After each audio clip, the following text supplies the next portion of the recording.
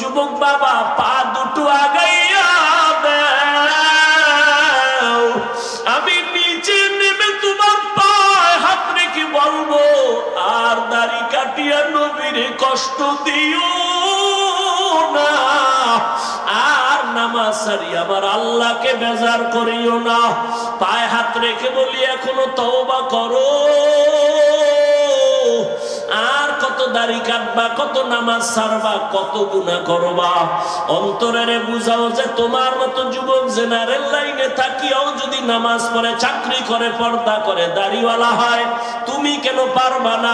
ও আমার যুবক বাবারা, আবু বকরের মতো বান্দা যদি আল্লাহর আযাবের ভয়ে, হাসরের মাঠের ভয় যদি কান্না করে, ওমরে ফারুকের কান্নার আওয়াজ, ওসমানের কান্না, আলীর কান্না, সাহাবায়ে কেরামদের কান্না রাদিয়াল্লাহু আনহুম আজমাইন, তাদের কত সুন্দর আমল, কত সুন্দর ইখলাস, তাকওয়া, নামাজ, তেলাওয়াত আর জিকির, তাদের তুলনায় তো আমি মানুষের কাতারেই নাই। আমার নামাজ নাই, তেলাওয়াত নাই, রোজা নাই, তাকওয়া নাই, ইখলাস নাই। এদের তুলনায় আমার হালাত দেখলে মনে হয় আজীবন গলায় রশি লাগায় কান্না করা উচিত, অথচ নিজেও কাঁদি না। কেউ যদি কান্না করে তাও পছন্দ করি না। চোখের পানি ছাড়া জাহান্নামের আগুন ঠান্ডা করা যাবে না। ও আমার যুবক বাবারা, একটু নিয়তটা পরিবর্তন করো। তোমার মতো কত যুবক স্কুলে পড়ে, কলেজে পড়ে, জেনারেল লাইনে চাকরি করে, ব্যবসা করে, নামাজ ছাড়ে না? নাই? রাস্তায় গাড়ি চালায়, নামাজ ছাড়ে না। বলো বাবা, তুমি কেন নামাজ পড়তে পারো না? আমি তো এতক্ষণ বয়ান কইরা বলি নাই হুজুর হও, একবারও বলি নাই পাঁচকল্লি টুপি লাগাও, কওমি মাদ্রাসায় যাও, তাবলিগে যাও, পীরের কাছে মুরিদ হও, তাও বলি নাই। আমি বলছি আল্লাহওয়ালাদের নেক নজর লাগাও। তবে তুমি স্কুলে পড়ো, কলেজে পড়ো, চাকরি করো, ব্যবসা করো, বাধা নাই। তুমি ডাক্তার হও, ইঞ্জিনিয়ার হও, প্রফেসর হও, ব্যবসায়ী হও, চাকরিজীবী হও, তবে খবরদার মা বাবা, পীর, আল্লাহওয়ালা আর উলামায়ে কেরাম, শিক্ষকের কখনো বেয়াদবি করে বর্তোয়া নিবা না, তো জীবন ধ্বংস হয়ে যাবে।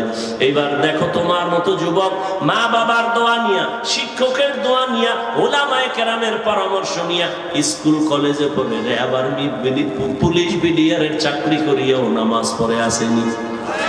ওরা যদি পারে, তুমি কেন পারো না রে বাবা? তোমার কপালে কার বরদোয়া লাগাইছো, কার অভিশাপ লাগাইলা রে বাবা? তোমার মতো যুবক ওসিডিসিএসপি নামাজি অভাব নাই।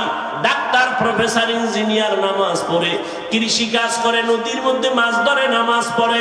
তোমার কপাল কেন এত খারাপ? এত বারবার আলেম ওলামারা পায়ে ধরে ধরে বয়ান করে নামাজের, এরপর কেন পড়ো না? তোমার মতোই তো যুবক জীবনে মাদ্রাসায় পড়ে নাই, এরপরও জেনারেল লাইনে থাইকে নামাজ ছাড়ে না, দাড়ি কাটে না। বলো তুমি কেন পারো না? তোমার কপাল বড় মন্দ। এখনো সময় আছে, তওবা করে নাও, আল্লাহর কাছে ক্ষমা চাও মনে মনে। জীবনে গুনাহ তো কম করো নাই। মনে চাইছে দাড়ি কাটবা, কেটে ফেলছো। মনে চাইছে নামাজ পড়বা না, পড়ো নাই। মনে চাইছে তোমার পার্কে যাবা, দৌড়ায় এনেছো। মনে চাইছে তুমি সারা রাত মোবাইলে গুনাহ দেখবা, দেখছো। এখনো কি তওবা করবা না? এখনো কি ফিরবা না? আর কতদিন তোমার গুনাহ করা লাগবে? আর কত দাড়ি কাটার পরে তোমার আশা পূরণ হবে, তারপরে তওবা করবা? আর কতবার নামাজ বাদ দিলে তোমার মনের আশা পূরণ হবে, তারপরে তওবা করবা? আর কত আলেম ওলামার বিরোধিতা করলে তোমার মনের আশা পূরণ হবে, তারপরে তওবা করবা? আর কত মোবাইলে সারা রাত গুনাহ দেখলে তোমার আশা পূরণ হবে, তারপরে তওবা করবা? আর কতবার দাড়ি কাটলে তোমার মনের আশা পূরণ হবে, তারপরে তওবা করবা? তবে এটাও তুমি ভাবিও, তোমার হায়াতের বাকি কত। মহামারী করোনায় যুবকের লাশ, ছাত্র জনতার আন্দোলনে যুবকের লাশ, পানির নিচে, গাড়ির নিচে, ঘুমের বিছানায় যুবকের লাশ। ও আল্লাহর বান্দারা, এখনো তওবা করো, না হয় বলো আমাদের কথা কেন তোমরা মানবা না? আমরা তো আল্লাহর কোরআন, নবীর আওয়াজ আর হাদিস দিয়া বয়ান করি। যদি বলো না আমরা ভুলে আছি, তোমরা সঠিক লাইনে আছো, বলো তাহলে দলিল দাও, আমি নামাজ রোজা বাদ দিয়ে দাড়ি কেটে ফেলি, তোমার মতো প্যান্ট শার্ট টাই লাগায় রাস্তায় নেমে যাই। আর যদি বলো না হাফিজ ভাই, আপনারা উলামায়ে কেরাম লাইনে আছেন, আমরা শয়তানের ধোকায় পড়ে গুনাহ করে আমরা লাইন ছাড়া হয়ে গেছি।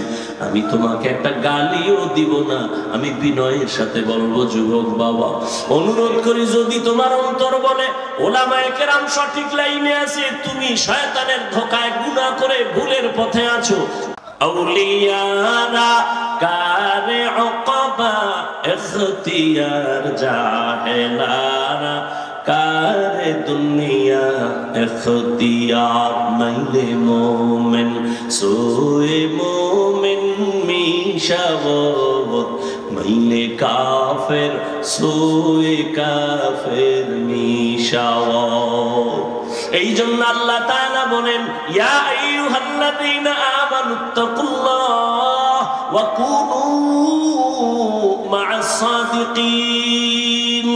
ও দুনিয়ার মুমিন, তুমি আমি আল্লাহকে ভয় করো, তাকওয়া অর্জন করো, আর আমার প্রিয় গোলাম যারা আমার ওলি সাদিকিন সালেহিন, এদের বন্ধু হইয়া থাকো।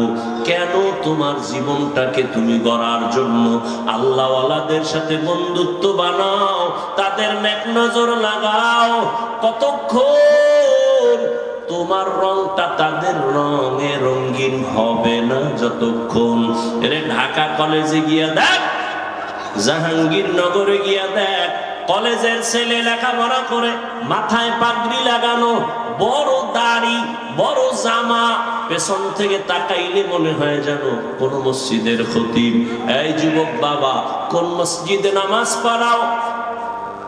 যুবক পেছনে ফিরে বলে, আস্তাগফিরুল্লাহ, আমি তো আরবি ভালো করে পড়তে পারি না, আবার কোথায় নামাজ পড়াবো? বলে, তাহলে তুমি কোথায় করো, কি করো? বলে, আমি ঢাকা কলেজে পড়ি। তোমার এই হালাত কেন? মাথায় পাগড়ি কেন? তুমি কলেজে পড়ো, তোমার দাড়ি এত বড় কেন? তুমি ঢাকা কলেজে পড়ো, তোমার জামা এত বড় কেন? কয়, আমার আল্লাহর ওলিদের নেক নজর লাগাইছি, আল্লাহওয়ালাদের নেক সোহবত লাগাইছি।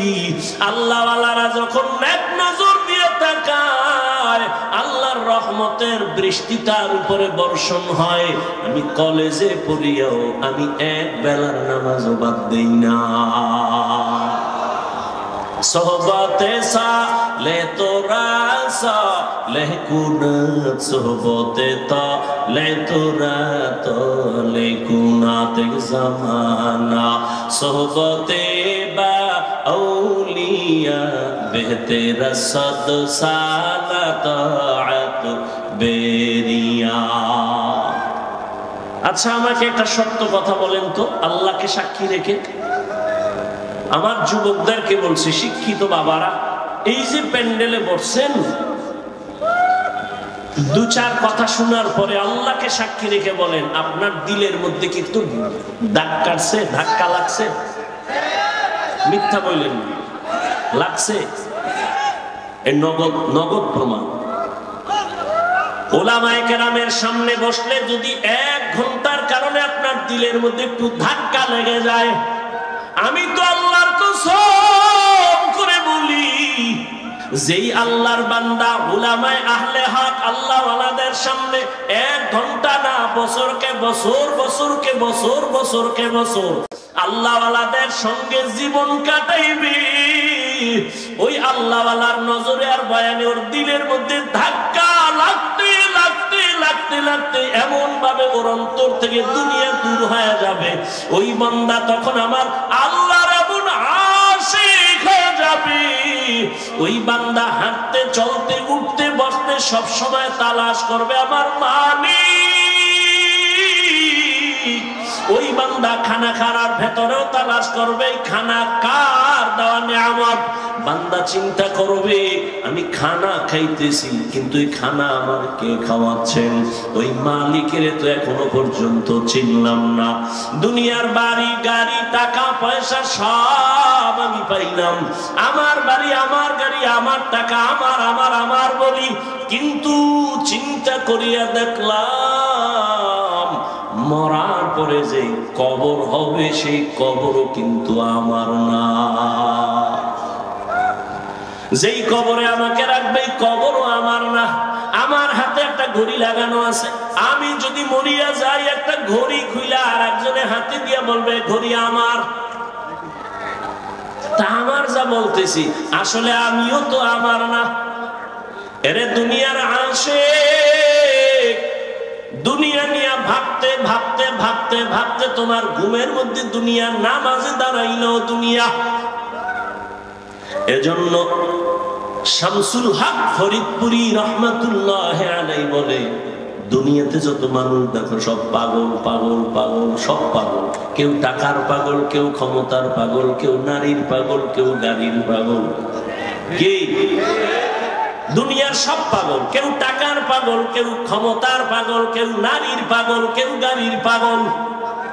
কথা বলেন না, সবাই কিন্তু পাগল। যে নারীর পাগল 24 ঘন্টা তার স্বপ্নে নারী নারী নারী। যে গাড়ির পাগল সে স্বপ্নের মধ্যে গাড়ি আর গাড়ি। যে বাড়ির পাগল উঠতে বসতে চলতে ফিরতে বাড়ি বাড়ি, আমার বাড়ি আমার বাড়ি আমার বাড়ি। যে ক্ষমতার পাগল সে ঘুমায়, ঘুমের থেকে উঠে সব সময় আমার ক্ষমতা, আমার চেয়ার আমার চেয়ার। সবাই কি পাগল? সবাই কি? এই পাগলের মধ্যে আবার একদল আলাদা পাগল, এরা ক্ষমতার পাগল না, নারীর পাগল না, গাড়ির পাগল না, এরা একমাত্র আবার আল্লাহ তাআলার পাগল। কার পাগল? আমার কথা বুঝেননি? সবাই কি? সবাই কি? আমার কথা কারো প্রশ্ন থাকলে বলেন যে না কেউ পাগল না। সবাই পাগল না? নারীর পাগল, গাড়ির পাগল, টাকার পাগল, ক্ষমতার পাগল, চেয়ারের পাগল, ঠিক নেই? আর যে জিদার পাগল 24 ঘন্টার ফিকির কি ওইটা নিয়ে। আর একদল মানুষ এই জমিনের একমাত্র আসমানের মালিকের পাগল, খুঁজে মালিককে। জমিনের পাগল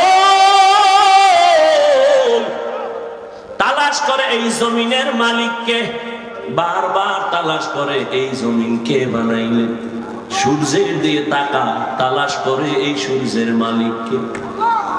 চন্দ্রের দিয়ে তাকায় চন্দ্রের মালিক। বান্দা হাঁটতে চলতে ভাবে আমি যে কত সুন্দর ভাবে কণ্ঠ বাজাইয়া কথা বলি, কণ্ঠ আমারে কে দিয়েছে? আমি ঘুমাইয়া মরিয়া গেছি, ঘুমের মানুষ মরার মতো, কোন হুঁশ নাই। ঘরে চোর ঢুকছে টের পাওয়া যায় না। মহিলার কানের অলংকার নিয়ে গেছে, চোরে টের পায় না, কেমন মরা। আল্লাহর যারা পাগল এরা ভাবে এই মরা থেকে কে আমারে আবার সজাগ করবে। এই ভাবতে ভাবতে তার মধ্যে এমন একটা ফিকির চলে আসে, ওই বান্দা এখন ও আল্লাহর মোহাব্বত, আল্লাহর মোহাব্বত এমন ভাবে এসে যায়, ও ডানে বামে সামনে পেছনে এমন একটা অবস্থা তার তৈরি হয়। ওই বান্দা তখন শুধু আল্লাহ তালাশ করে, আল্লাহরে তালাশ করে কেমনে তার সাথে মোলাকাত হবে। আল্লাহর মোহাব্বত নিয়ে ভাবে আমি তো বাড়ি পাইলাম, গাড়ি পাইলাম, টাকা পাইলাম, বেবি পাইলাম, সন্তান পাইলাম, কিন্তু এদের যিনি বানাইছেন তার সাথে তো এখনো পরিচয় হয় নাই। তার সাথে আমার পরিচয়ের দরকার, কোথায় পাবো? কয় যাদের সাথে পরিচয় আছে তাদের কাছে যাও, তারা হলো আল্লাহর বিশেষ বান্দা সাদিকিন। এদের সাথে যাইয়া তুমি আমার মালিকের সম্পর্ক লাগাও। ও বান্দা, তুমি অচেনা জায়গায় তুমি যদি যাও, একটা তোমার পরিচিত লোক পাও, তোমার কলিজাটা বড় হয়ে যাবে। অচেনা জায়গায় আমার কোনো টেনশন নাই, আমার এক বন্ধু পেয়ে গেছি। ও বান্দা, ওই বন্ধু তোমারে বলবে কোনো টেনশন করিও না, তুমি বসো, নাস্তার আয়োজন করি, খানার আয়োজন করি। ঠিক বাবা, তোমার আমার অচেনা জিন্দেগি মরণের পর শুরু হয়ে যাবে। আমার আল্লাহকে যদি বন্ধু বানাইয়া যাও, ওই কবরেও কোনো চিন্তা নাই, হাসরেও চিন্তা নাই। কোনদিন আল্লাহ পাক তোমাকে তো পার করায় জান্নাতের ময়দানে নিয়ে যাবেন। ওই আল্লাহর সাথে সম্পর্ক তৈরি করানোর জন্যই হলো আল্লাহ ওয়ালাদের এই আওয়াজ আর এই বয়ান। আমাদের বয়ান কি? তুমি দুনিয়ার কাজ করো। যেমন একজনে দুনিয়া দুনিয়া কইরা নামাজে দাঁড়াইলো, তার খেয়াল দুনিয়া। কথা ঠিক না? আল্লাহওয়ালাদের কাজ হলো তুমি দোকানদারি করো, কিন্তু আল্লাহর সাথে এমন ভাবে সম্পর্ক তৈরি করো যে দোকানে থাকলেও তোমার অন্তরে থাকবে আল্লাহ আল্লাহ আল্লাহ। বান্দা তুমি ঘুমাইতে গেলেও তোমার অন্তর থাকবে আমার মালিকের জন্য বেকারার। তুমি যেখানে যাও, তুমি যেখানেই যাও না কেন, সেখানেই তুমি চিন্তা করবা আমার আল্লাহ, আমি কোথায় যাই, কি করি, কি কল্পনা করি, মনে মনে কি করি, সব আমার কে জানেন? আমার আল্লাহ। আমার আল্লাহকে বাদ দিয়ে আমার চলার কোনো উপায় নাই। বান্দার এই হালাতটা তৈরি হওয়ার জন্য উলামায়ে কেরামের সোহবত ছাড়া কোনো পথ নাই। এরে আল্লাহর বান্দারা, আল্লাহর ভয় তাকওয়া অন্তরে জমা করো। আল্লাহর ভয় না থাকলে কোনোদিন কোনো বয়ানের দ্বারা মানুষের অন্তর সোজা হবে না। গুনাহ থেকে বাঁচার উপায় নাই। আল্লাহর ভয়ের নাম তাকওয়া। আর এই তাকওয়া অর্জন করার জন্য লাগবে আল্লাহওয়ালাদের নেক নজর। নেক নজর যখন লাগবে তখন অন্তরে আল্লাহর ভয় চলে আসবে। তখন গুনাহ করতে গেলে বাধা হবে। আরে আমি গুনাহ কেন করব? এই শাস্তি তো সহ্য করা যাবে না। আরে আল্লাহর বান্দা, ও আমার যুবক, তুমিও মুসলমান, আমিও মুসলমান। তোমার আমার আল্লাহ দুই না এক? তোমার আমার নবী, তোমার আমার কোরআন, তোমার আমার কাবা, তোমার আমার ধর্ম, তোমার আমার কালেমা। দুনিয়াতে আসছি তাও এক। বিদায় বেলা কাফন হবে সবার এক, তিনটা না কারো একটা বেশি? সবার বেলায় তিন কাফন। কবরের সাইজও হবে এক, কাফনের কালার হবে এক। ও আল্লাহর বান্দা, কবরে রাখার পরে বিদায়ের পর ওই কবরে প্রশ্ন হবে তিনটা, দাও এক। কে তুমি, ধনী না গরিব, আলেম না মূর্খ, জানার দরকার নাই। তিন প্রশ্নের জবাব দাও। রবের পরিচয় দাও, ধর্মের পরিচয় দাও, রাহমাতুল লিল আলামিনের পরিচয় দাও। রহমতের নবী বলেন, যারা জবাব দিবে তাদের কবর হবে রওজাতুম মির রিয়াজিল জান্নাহ। আর যারা জবাব দিতে পারবে না তাদের কবর হবে হুফরাতুম মিন হুফারিন নার। এরে আল্লাহর বান্দা, কে পারবে কবরের প্রশ্নের জবাব দিতে? হুজুরেরা পারবে, কোনো গ্যারান্টি নাই। যদি হুজুর পারার গ্যারান্টি থাকতো, জান্নাতের সার্টিফিকেট পাইলেন 10 জন সাহাবা। এর মধ্যে প্রথম হলেন আবু বকর। আজীবন কান্না কান্না কান্না। আল্লাহর আদালতে কেমনে দাঁড়াইয়া জবাব দিব?